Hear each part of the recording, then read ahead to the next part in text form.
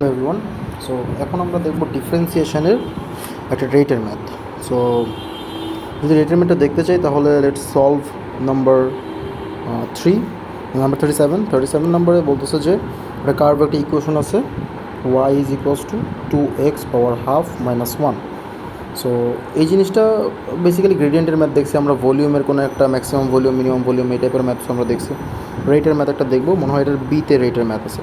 আচ্ছা, ফার্স্ট পার্টে বলছে find the equation of the normal of the curve at the point A, যেটা হলো এই গ্রেডিয়েন্টের টাইপের math. So find the equation of the normal of the curve at A, তো নর্মালের ইকুয়েশন বের করতে বলছে। তাহলে আমরা ট্যানজেন্টের ইকুয়েশন যদি বের করতে চাই এ পয়েন্টে, লেটস সে এটা একটা কার্ভ আর এটা এ পয়েন্টটা হচ্ছিলো 4,3, যেটা বলে দিয়েছে এখানে ট্যানজেন্টের যে গ্রেডিয়েন্ট সেটা নিজের গ্রেডিয়েন্ট বের করতে চাইলে আমরা এটাকে dy/dx করবো। তো dy/dx করলে হাফটা সামনে আসে ইন্টু 2 এক্সের পাওয়ার মাইনাস হাফ, আর ওটা চলে যায়। সো এরকম একটা ভ্যালু পাই আমরা 1/√x। সো 1/√x এর মধ্যে আমরা এখন ভ্যালু কত ইম্পোর্ট করবো? আমরা ভ্যালু ইম্পোর্ট করবো 4 at a x is equals two 4। তাহলে dy/dx এর ভ্যালু আসা হচ্ছিলো 1/√4 which is equals to half. তাহলে আমরা গ্রেডিয়েন্ট অফ দ্য নর্মাল, আমরা এই নর্মালের গ্রেডিয়েন্ট কত পাইলাম? ট্যানজেন্টের গ্রেডিয়েন্ট পাইলাম হচ্ছিলো হাফ। তাহলে এখান থেকে যদি একটা নর্মাল টান দিই, আর আমরা জানি নর্মালের গ্রেডিয়েন্ট হলো এরকম হয় m1 into m2 is equals two -1। তাহলে লেটস সে এটার গ্রেডিয়েন্ট যদি হাফ হয়, যেটা হচ্ছিলো এইটা, আর m2 যেটা নর্মাল সেটা আমরা জানি না, ফর্মুলাতে -1 আছে, into m2 is equals two -1। তাহলে m2 গ্রেডিয়েন্টটা হচ্ছিলো -2। সো আমরা নর্মালের গ্রেডিয়েন্টটা পেয়ে গেছি। তো নর্মালের গ্রেডিয়েন্টটা আমরা এই ইকুয়েশনে ইম্পোর্ট করে দিই y - y1 is equals to mx - x1। So এই জায়গায় যদি ইম্পোর্ট করি তাহলে আমরা পাবো হচ্ছিলো y - y1 এর ভ্যালু 3, আর m এর ভ্যালু হচ্ছিলো -2, x - x1 এর ভ্যালু হচ্ছিলো 4। তাহলে আমার ইকুয়েশনটা চলে আসলো। This is my answer. আর একটু সাবজেক্ট করে সুন্দর, y is equals to mx + c ফর্মেটে যদি লিখতে বলে যেখানে লিখে দিচ্ছি y is equals two -2 into হচ্ছিলো -2x + 8 + 3, তাহলে হলো y is equals two -2x + 11, y is equals to mx + c format. এটাই অ্যান্সার, এভাবে চাইছে। বিতে বলতেছে কি point is moving in the curve. আচ্ছা, এখানে একটা পয়েন্ট মুভ করতেছে in such a way that the rate of increase A has a rate of increase of x coordinate as 3 সেন্টিমিটার/সেকেন্ড। তার মানে এক্স বাড়তেছে 3 সেন্টিমিটার/সেকেন্ড। আমরা রেট হিসাবে যদি কোনো কিছু চিন্তা করি, রেট মানে ডিফারেন্সিয়েটেড ভ্যালু, আর এখানে যেহেতু 3 সেন্টিমিটার/সেকেন্ড বলতেছে, আমরা এখানে একটা জিনিস দেখছি পার সেকেন্ড, আমরা টাইমের সাথে কানেকশন আছে, এক্সের একটা ইনক্রিজ বাড়তেছে টাইমের সাথে। তাহলে জিনিসটা dx/dtর ভ্যালু হলো 3। এটা হচ্ছে আমার একটা গিভেন ইনফরমেশন, আমরা বি নাম্বার সলভ করতেছি।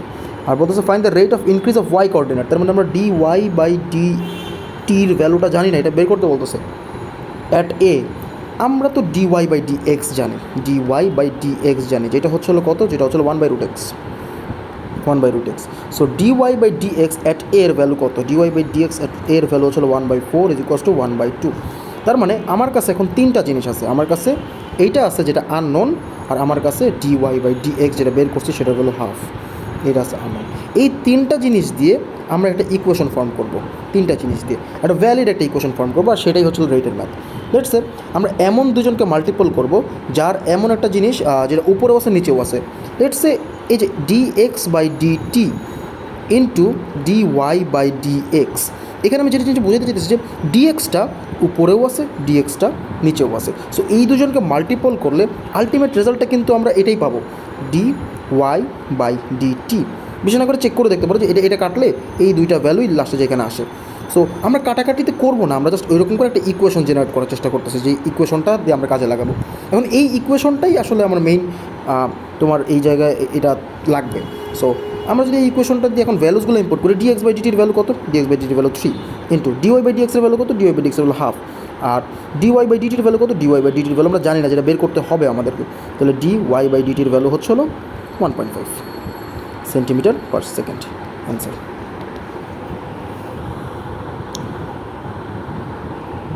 আচ্ছা, এরপরে বলতেছে at a the point suddenly moves in a direction as a speed and the moves downward in such a way that the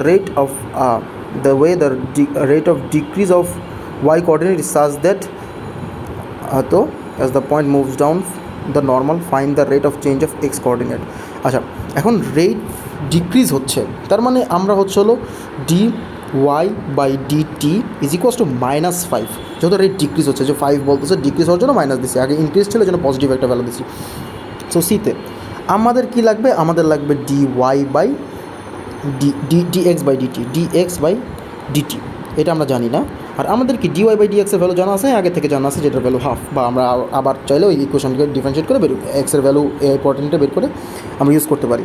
so এই জায়গাটায় আবার সেমভাবে আমরা ইকুয়েশনটা জেনারেট করি। ইকুয়েশনটা কী হওয়ার কথা, ইকুয়েশনটা হওয়ার কথা হচ্ছিলো যে এমন কাউকে মাল্টিপ্লাই করবো যে উপরেও আছে নিচেও আছে। সো এটা আর এটা এখানে দুজনই ডিএক্স উপরেও আছে নিচেও আছে, এরকম দুজনকে যদি মাল্টিপ্লাই করি তাহলে DX by DT into DY by DX is equals to DY by DT. এদেরকে মাল্টিপল করলে আলটিমেটলি দেখা যায় ডিওয়াই বাই ডিটি ফর্ম হবে। সো এখানে আমি সবার ভ্যালু জাস্ট ইনপুট করবো। আমরা ডিএক্স বাই ডিটির ভ্যালু জানি না, সো এটা আমরা ডিএক্স বাই ডিটি রেখে দিই। আমরা ডিওয়াই বাই ডিএক্সের ভ্যালু জানি হাফ, আর আমরা ডিওয়াই বাই ডিটির ভ্যালু, ডিওয়াই বাই ডিএক্সের ভ্যালু জানি হাফ, আর ডিওয়াই বাই ডিটির ভ্যালু জানি -5। তাহলে ডিএক্স বাই ডিটি হবে হচ্ছে হলো -10 মিটার পার সেকেন্ড। তার মানে হচ্ছে হলো এক্স কোঅর্ডিনেট তোমার হচ্ছে হলো ডিক্রিজ করবে 10 সেন্টিমিটার পার সেকেন্ড করে। আচ্ছা, থ্যাংক ইউ।